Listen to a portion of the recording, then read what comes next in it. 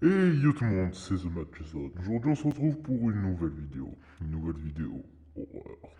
La fin de la semaine de l'horreur approche à grands pas. C'est pour ça que nous allons intensifier le rythme. Plusieurs vidéos sortiront dans ces 2 derniers jours. Non pas une, non pas deux, mais 3 au minimum par jour. J'essaye de me fixer cet objectif. Et le soir d'Halloween, ce sera un véritable festival d'histoire. Mais aujourd'hui, nous nous retrouvons pour 2 de plus. Rappelez-vous, la dernière fois, nous avions parlé de cet endroit abandonné, avec les inscriptions sur les murs, qui, une fois décryptées, avaient donné lieu à une scène plutôt macabre de l'ami du protagoniste, mort. Paix à son âme.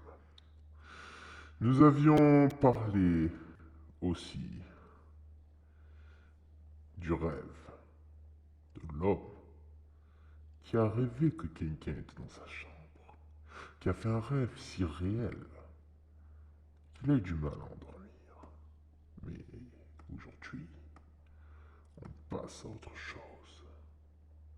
Aujourd'hui, on va premièrement parler d'un massacre dans une bibliothèque.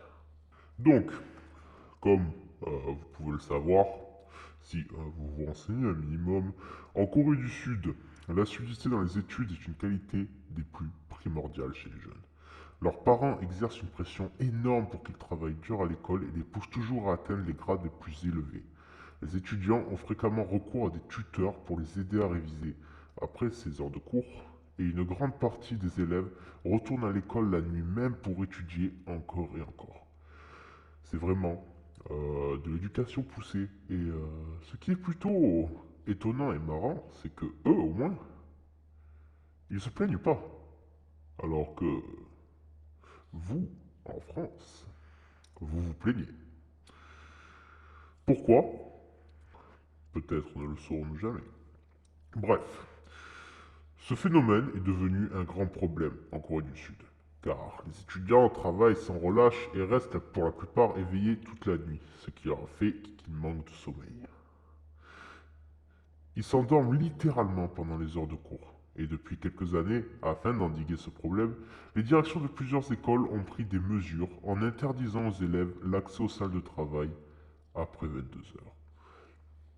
Donc nous retrouvons une jeune étudiante qui s'appelle Sun-hee, donc qui est sud-coréenne, et cette nuit-là, comme toutes les autres, elle était encore à l'école. Il était déjà tard, mais elle continuait à étudier à la bibliothèque de son école, accompagnée par un petit groupe d'autres élèves. Les seules lumières allumées étaient celles de la bibliothèque. Le reste de l'école était plongé dans les ténèbres les plus totales. Les heures défilaient, quand à un moment, Sun-hee ressentit le besoin d'aller aux toilettes.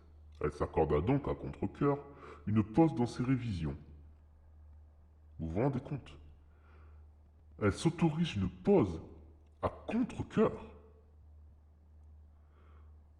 Mais de nos jours, c'est complètement impensable un truc comme ça. À part en Corée du Sud, bien sûr. Mais c'est complètement impensable. Ça reste l'un des grands mystères, je trouve. Pourquoi sommes-nous les spécialistes pour se plaindre?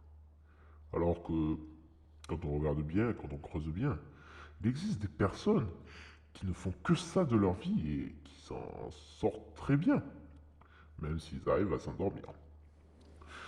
Donc, elle s'accorda sa petite pause et elle sortit de la bibliothèque et emprunta le long couloir plongé dans le noir jusqu'aux toilettes des filles.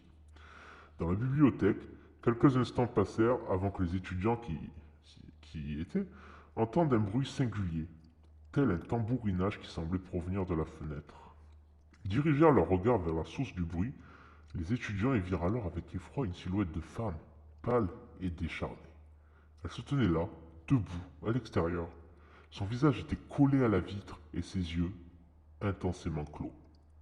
Tous se demandèrent ce qu'une femme pouvait bien faire dehors à une heure pareille de la nuit. surtout à côté de leur bibliothèque. Peu après, la mystérieuse femme ouvre soudainement les yeux et les étudiants en eurent le souffle coupé. Elle n'avait pas d'yeux. Ses orbites étaient vides, tels deux trous béants, noirs, profonds, insondables. La femme leva alors son poing et commença à cogner contre la fenêtre. Celle-ci finit par éclater sous la force des coups. Puis toutes les lumières s'éteignirent. À l'étage en dessous, dans les toilettes, Sun-Hee était en train de se laver les mains quand la pièce fut brutalement plongée dans l'obscurité. Tout était parfaitement silencieux. Elle n'entendit jamais les cris de terreur qui provenaient au même moment de la bibliothèque. La jeune étudiante ne savait rien de ce carnage qui se déroulait dans notre pièce, qui revêtit alors des allures de pandémonium. Sun-Hee continua donc à se laver les mains dans le noir le plus total, inconsciente des cris d'horreur dont les échos se perdaient dans le couloir de l'école.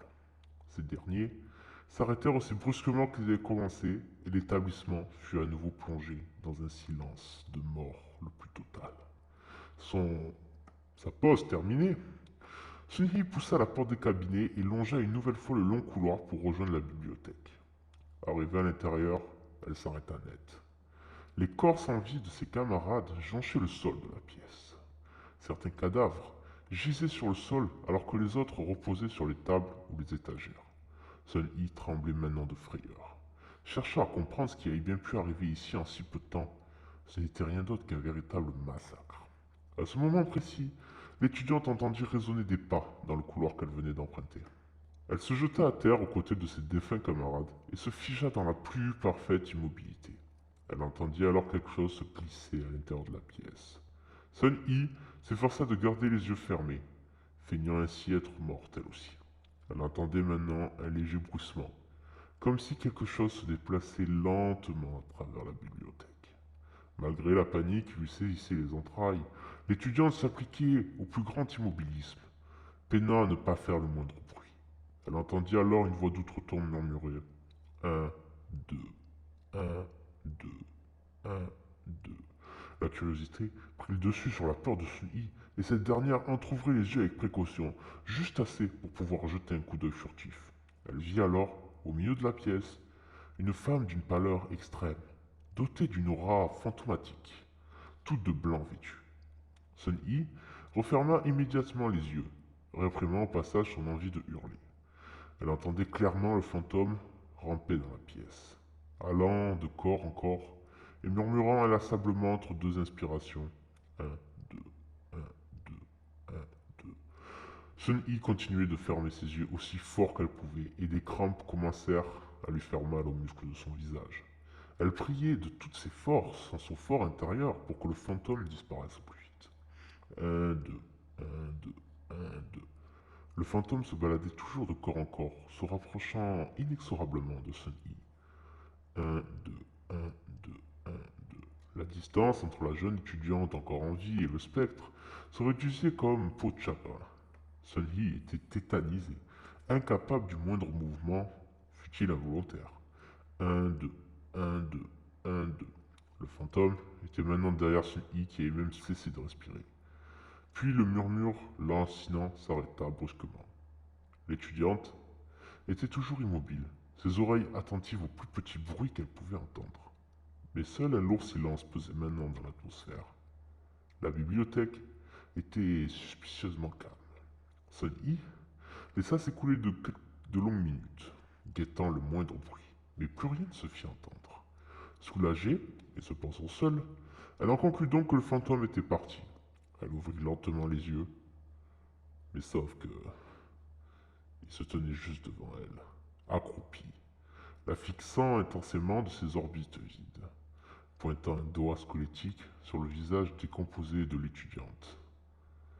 Un, deux, s'écria le spectre en arrachant les yeux de Sun-Hee. Alors, dites-moi,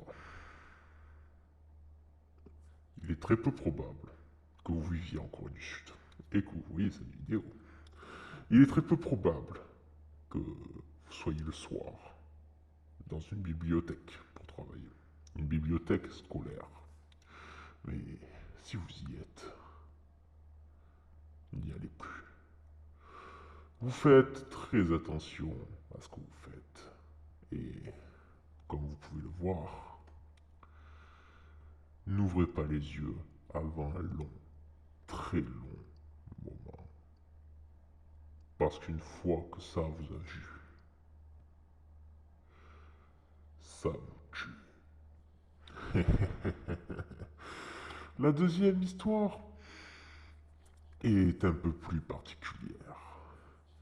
Ça raconte l'histoire d'un jeune enfant que ses parents amenaient parfois chez sa tante pour le week-end.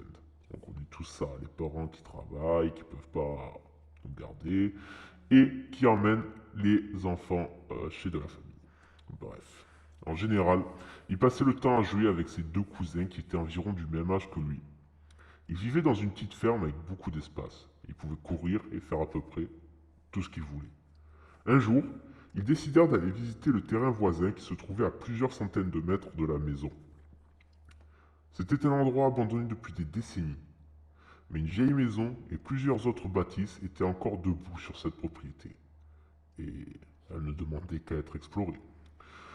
Ce fut bien sûr une mine d'or pour trois jeunes garçons aventuriers comme eux, surtout après que ses cousins aient raconté des histoires sur cet endroit qu'ils prétendaient hanter. C'était une histoire assez classique, un homme qui devient fou et qui assassine toute sa famille à coups de hache, avant de se pendre. Son esprit entourait encore les lieux, revenant chaque soir en espérant trouver de nouvelles victimes. Bref, une histoire bien macabre. Même à cet âge, je savais qu'il était peu probable que cette légende soit vraie. Ses cousins l'avaient sans doute embellie, cette vieille rumeur. Mais voyant qu'il restait très convaincu, il avait décidé d'y croire un peu, pour le plaisir. Un après-midi, alors qu'ils jouaient à cache-cache, ils coururent jusqu'à la vieille bâtisse qui possédait un deuxième étage. Ce semblait être un ancien appartement pour ouvriers. Ils explorèrent rapidement l'endroit en faisant le moins de bruit possible, puisqu'il y avait plusieurs effets personnels éparpillés sur le sol. Généralement, et ça, je sais que ça arrive quand on fait ce qu'on appelle de l'urbex, donc de l'exploration urbaine. Généralement, quand on marche sur le sol, ça fait énormément de bruit. Et dans un sens, c'est plutôt pas mal parce que ça nous permet à nous de vous entendre et de vous poursuivre. Et par conséquent, de vous tuer. Bref, ils explorent rapidement l'endroit, et l'endroit sentait l'humidité et la peinture écaillée. Ils trouvèrent finalement un vieux placard dans la chambre à coucher. C'était l'endroit parfait. Il y avait encore de longues robes suspendues dans celui-ci, et ils pouvaient aisément se cacher derrière. Une fois la porte refermée, son seul éclairage était un rayon de lumière qui se glissait sous la porte. Il s'accroupit alors, les genoux serrés contre la poitrine, et il attendit. Mais le temps passait, et il n'y avait toujours aucun signe de ses cousins. Il attendit un peu plus, il se demandait combien de temps il allait falloir rester là avant de s'autoproclamer vainqueur. Après environ une heure, ça commençait à devenir ennuyeux et il tentait de combattre le sommeil. Puis, il s'est endormi, et se réveilla en sursaut. Il faisait nuit noire. Somnolent et confus, il avait oublié un instant où il était et ce qu'il faisait. Comme il retrouvait tranquillement ses esprits, il réalisa qu'il avait été abandonné ici. Il a soudainement été envahi d'une grande frayeur alors qu'il tentait de se redresser. Malheureusement, il ressentit une vive crampe au mollet qui l'empêcha de bouger. Il attendit alors que la douleur passe en se massant la jambe, lorsqu'il entendit la porte d'une pièce voisine se fermer violemment. Il était soudainement saisi d'effroi. Était-ce un de ses cousins? Il eut une brève période de silence, puis des pas au bas de l'escalier. Mais non pas seulement des pas, mais des bruits sourds et délibérés, rien qui n'aurait pu ressembler à des pas d'enfant. Il retint son souffle en priant pour qu'il parte au loin, mais les pas s'amplifiaient. Le bruit remontait les escaliers pour se rendre à l'étage où il était caché. Après un moment de silence, la marche a repris. Cette fois avec un grincement régulier, comme quelque chose de lourd était traîné sur les planches.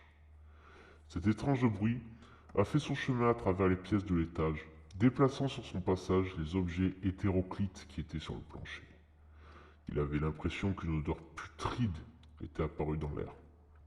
Il suait à grosses gouttes, et des frissons parcouraient son corps. Ses pires craintes devaient se réaliser. Cette chose entrait maintenant dans la chambre. Il pouvait le sentir se rapprocher, pour finalement s'arrêter juste en face de la porte du placard où il était caché.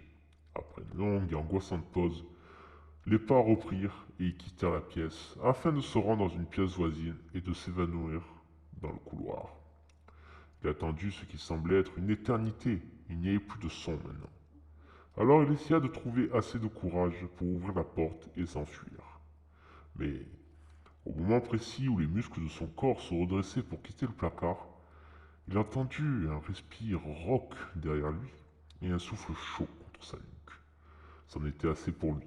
Pris de panique, il se précipita à l'extérieur du placard, traversant le couloir à toute vitesse avant de dévaler les escaliers d'un trait. En sortant du bâtiment, il était complètement désorienté, mais courait à toutes jambes dans ce qui semblait être la direction de la ferme. Pendant sa fuite, il entendait clairement des pas le pourchasser et avec une vitesse terrifiante. Vous savez, je ne suis pas très rapide, mais j'aime bien courir après les gens. J'aime qu'ils me voient, qu'ils crient et qu'ils s'enfuient. Un petit peu un jeu de chat et la souris. Mais je ne suis pas quelqu'un de rapide. Mais vous pouvez être sûr que si je vous attrape, vous ne vous en sortirez pas. Son évasion était maladroite. Il trébucha à quelques reprises sur les bosses et les trous qui parsemaient le champ. Il ne regarda pas en arrière avant d'être certain qu'il n'entendait plus les pas derrière lui. Lorsque ce fut le cas, il fit brusquement volte-face pour apercevoir son agresseur. Mais il n'y avait personne. Il n'y avait aucun signe que quelqu'un le pourchassait. La nuit était calme et sans bruit. Cela ne l'a pas empêché de courir tout le chemin du retour. Lorsqu'il aperçut finalement la ferme de son oncle, il vit la police qui en sortait. Une fois dans la maison, ses parents étaient là, fous d'inquiétude. Tout le monde exigeait de savoir où il était. Apparemment, comme ses cousins ne l'avaient toujours pas trouvé le soir venu, ils étaient rentrés chez eux afin de le dire aux parents. Finalement, la police a été appelée et ils avaient vérifié tous les bâtiments de la ferme. Les policiers insinuèrent alors qu'il mentait et que rien de tout cela ne semblait logique. Ce n'est que plus tard que l'un des cousins raconta alors ce qu'il était réellement arrivé. Lui et son frère avaient passé des heures à le chercher, comme il l'avait dit. Mais la partie qu'ils n'ont jamais dite à n'importe qui, c'est qu'ils pensaient l'avoir repéré dans la fenêtre de la chambre. Quand ils se sont approchés, ils ont vu que ce n'était pas lui. Un jeune garçon qui leur était inconnu souriait en agitant les bras vers eux, leur faisant signe de venir à l'étage. C'est alors qu'ils ont couru à la maison, tout cela, pendant qu'il dormait dans le placard. Alors, dites-moi, est-ce que vous aussi, vous avez des bâtiments abandonnés à côté de chez vous? Est-ce que vous aussi, y renferment des histoires sombres et sanglantes? Et ce petit garçon qui était à la fenêtre, pourrait-il être une incarnation de l'homme à la hache qui chercha inlassablement des victimes? Ou bien est-ce une hallucination? Ou est-ce encore les policiers qui firent ce bruit lourd de pas pour chercher et déplacer les objets? On ne le saura jamais. Mais quand vous explorez un endroit qui est abandonné, soyez prudent. Vous ne savez pas si vous pouvez y entrer. Vous pouvez y aller. Mais en ressortir, c'est plus compliqué. Faites attention sur qui vous tombez. Et surtout, à quoi vous tombez.